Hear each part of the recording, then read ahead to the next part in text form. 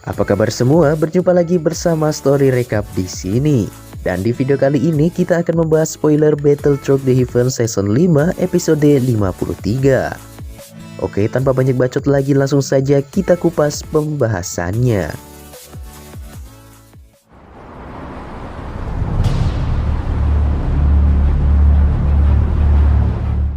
Setelah pertarungan melawan Meng Li dan Panatua Yunfan dari Sekte Yunlan, Xiaoyan pun dibawa ke aula gedung gubernur kota untuk membahas secara detail situasi kekaisaran Jiama saat ini. Sebagai pemilik rumah, Muti pun menjamu Xiaoyan dan kelompoknya dengan berbagai hidangan yang telah disiapkan. Sambil menyantap secangkir teh, Muti memperhatikan Lin Yan dan yang lainnya. Ia merasa kalau mereka yang kini sedang duduk bersamanya setara dengan jajaran 10 orang terkuat di kekaisaran Jiama. Melihat Muti yang cukup terkejut dengan anggota yang dibawanya kali ini, Xiaoyan pun hanya tersenyum dan kembali ke topik utama.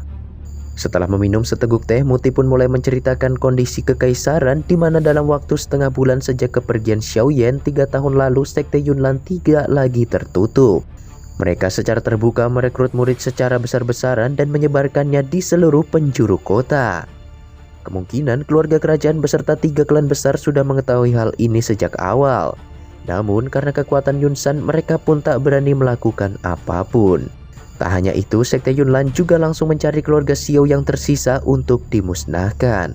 Cengkraman Xiaoyan pun seketika menegang dibarengi mata hitam pekat miliknya yang kian menyempit setelah mendengar semua itu.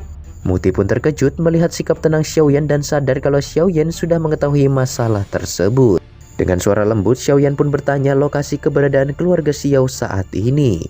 Muti sendiri tidak memiliki informasi terkait mereka sejak 3 tahun lalu dan meminta Xiaoyan untuk pergi menemui keluarga Miter. Muti juga menjelaskan kalau saat ini keluarga Miter telah sepenuhnya dikendalikan oleh Yafei. Meski masih begitu muda, Yafei mampu membuat kemajuan yang begitu besar hanya dalam waktu 3 tahun dan membuat semua orang tak punya pilihan lain selain tunduk kepadanya. Xiaoyan pun terkejut mendengar hal itu, mengingat Yafei hanyalah seorang wanita biasa. Xiaoyan memahami betapa sulitnya bagi Yafei yang tidak memiliki bakat pelatihan Daoqi harus mengendalikan orang-orang dari klan di seluruh dunia yang notabene diperintah oleh kekuatan Daoqi. Dengan senyum tipis seiring menatap ke arah Muti, Xiaoyan pun bertanya, apakah Muti memiliki informasi tentang Yunsan?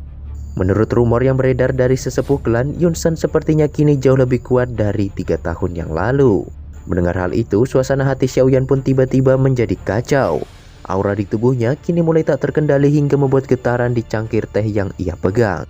Sontak Xiaoli pun langsung menyentuhnya yang membuat keadaan Xiaoyan kembali pulih.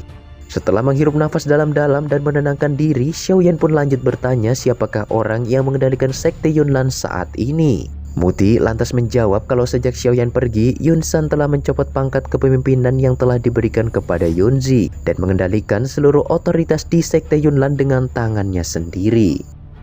Tanpa sadar, Xiaoyan pun merasa bersyukur karena semua pergerakan Sekte Yunlan saat ini tak ada lagi hubungannya dengan Yunzi. Di situ, Muti mulai merasa cemas jika masalah yang terjadi di benteng kekaisaran menyebar ke ibu kota pasti akan menyebabkan keributan besar di kerajaan.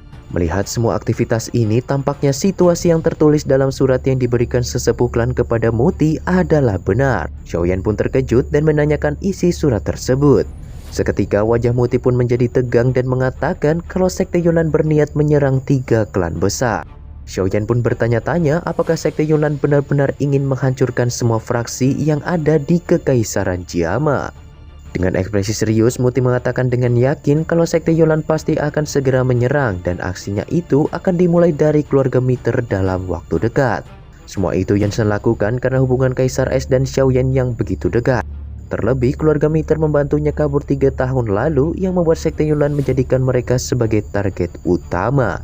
Alasan lainnya adalah karena sisa-sisa keluarga Xiao yang mereka incar saat ini berada di bawah perlindungan keluarga Miter. Mendengar informasi tersebut, Xiaoyan pun berniat untuk pergi ke ibu kota kekaisaran secepat mungkin. Mengingat pertempuran bisa terjadi kapan saja karena jarak Sekte Yunlan dan ibu kota yang begitu dekat. Sebelum pergi, Xiaoyan meminta Muti untuk tetap merahasiakan kepulangannya agar tidak sampai ke telinga Sekte Yunlan. Karena tak punya banyak waktu, Xiaoyan pun langsung pamit dan bangkit dari tempat duduknya. Scene lalu berpindah ke wilayah pegunungan ibu kota yang merupakan markas dari Sekte Yunlan. Suara latihan yang begitu keras diiringi benturan logam pun terdengar jelas di sana.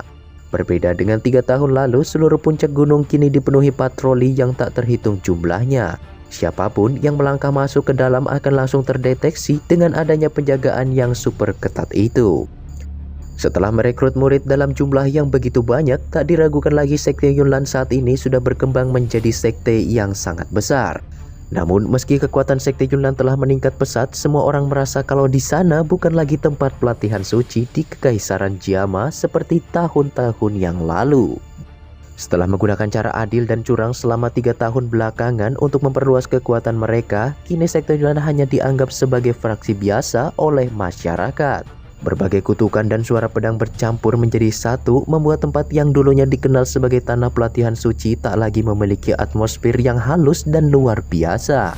Sementara itu, di dalam aula utama Sekte Yunlan yang dijaga ketat oleh pasukan berpakaian serba putih, Yun San kini sedang menunggu kabar dari pasukan Yun Fan yang tak kunjung tiba.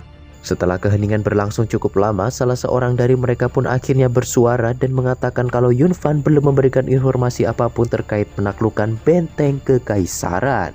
Yun San pun memerintahkan untuk mengirim surat perintah kepada Yun Fan agar misi tersebut diselesaikan dalam waktu 5 hari. Begitu semua rencana mereka berhasil, Yun San yakin lebih dari setengah wilayah Kekaisaran Jiama akan menjadi milik Sekte Yunlan. Namun hal ini hanyalah langkah awal yang dilakukan Sekte Yunlan. Setelah berhasil mengontrol Kekaisaran Jiama, Yun San yakin kekuatan mereka akan menjadi yang teratas di wilayah barat laut benua Douqi. Beberapa saat kemudian, Yun San pun bertanya pada para tetua akan pasukan yang telah disiapkan untuk menyerang keluarga Miter. Meski telah sepenuhnya siap, Yun San masih mempertimbangkan kekuatan Kaisar Es yang merupakan seorang Do Huang. Ia lalu memerintahkan 2 tetua Sekte Yunlan yaitu Yundu dan Yunsa untuk pergi memimpin pasukan tersebut. Mereka juga diberikan misi untuk mencari keluarga Xiao yang tersisa setelah berhasil meratakan keluarga Miter. Tentu saja Yun San memilih mereka berdua bukan tanpa alasan. Selama 3 tahun, Yun San telah melatih mereka berdua dengan cara yang tidak normal hingga akhirnya mencapai tingkat Do Huang. Dengan kekuatan ini, Yun San yakin Kaisar Es bisa dikalahkan dengan mudah sekaligus memerintahkan mereka berdua untuk membunuh fraksi manapun yang berani menghalangi rencana mereka kali ini. Tepat setelah semua orang pergi meninggalkan aula, sosok bayangan hitam yang merupakan perwakilan dari aula jiwa pun muncul menemui Yun San dan memintanya untuk tak melepaskan seorang pun dari keluarga Xiao. Hal itu membuat Yun San penasaran mengapa aula jiwa sangat tertarik dengan keluarga Xiao yang notabene hanyalah sebuah klan kecil. Perwakilan aula jiwa menegaskan agar Yun San sebaiknya tidak mempertanyakan tujuan mereka lebih jauh lagi karena hal itu bisa berdampak buruk bagi Sekte Yunlan. Pada intinya, aula jiwa menginginkan sebuah barang yang hanya dimiliki oleh keluarga Xiao. Namun karena tidak tahu berada di tangan siapa, mereka hanya bisa mengecek semua anggota klan Xiao terutama Xiao Yan. Bisa dipastikan, barang yang dimaksud aula jiwa di sini adalah Gyo kuno peninggalan keluarga Xiao yang diberikan kepada Xiao Yan. Mendengar nama itu, ekspresi Yun San seketika berubah mengingat kejadian di masa lalu. Ia yakin Xiao Yan sudah mati karena tak ada kabar apapun selama beberapa tahun terakhir.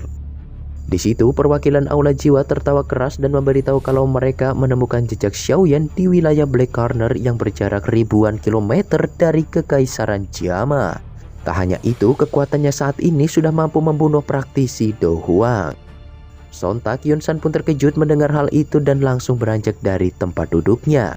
Ia masih tak percaya Xiao Yan mampu membunuh seorang Do Huang walaupun memiliki teratai Buddha sekalipun. Emosi Yun San pun semakin memuncak dan bersumpah akan menghancurkan Xiao Yan seperti yang ia lakukan 3 tahun lalu. Perwakilan aula jiwa kemudian kembali mengingatkan Yun San misi yang telah mereka berikan dan harus diselesaikan secepat mungkin. Jika tidak, kepala aula akan benar-benar marah. Perwakilan itu pun seketika menghilang secara misterius. Scene lalu berpindah ke ibu kota kekaisaran yang dikenal dengan sebutan Kota Suci.